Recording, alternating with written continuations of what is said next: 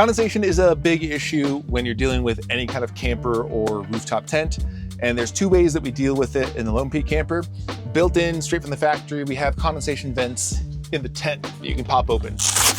This is basically what we call like a passive solution.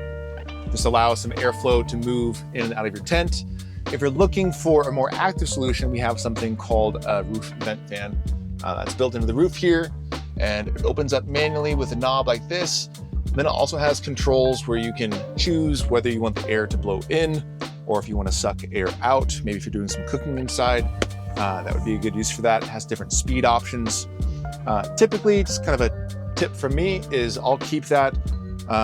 Typically, I'm actually sucking air out to try to remove condensation, and I'll have it on high.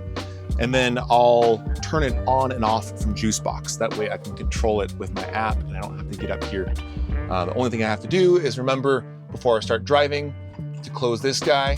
And one note on this is that when it's closed, you want to make sure you give it another quarter turn, snug it up real good.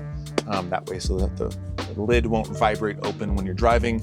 And the app also does have a notification when you turn it off to make sure you close the lid, because it is one of those things that you can forget to do, and it's just kind of a pain to replace it if it gets blown off. So something to consider for your condensation needs.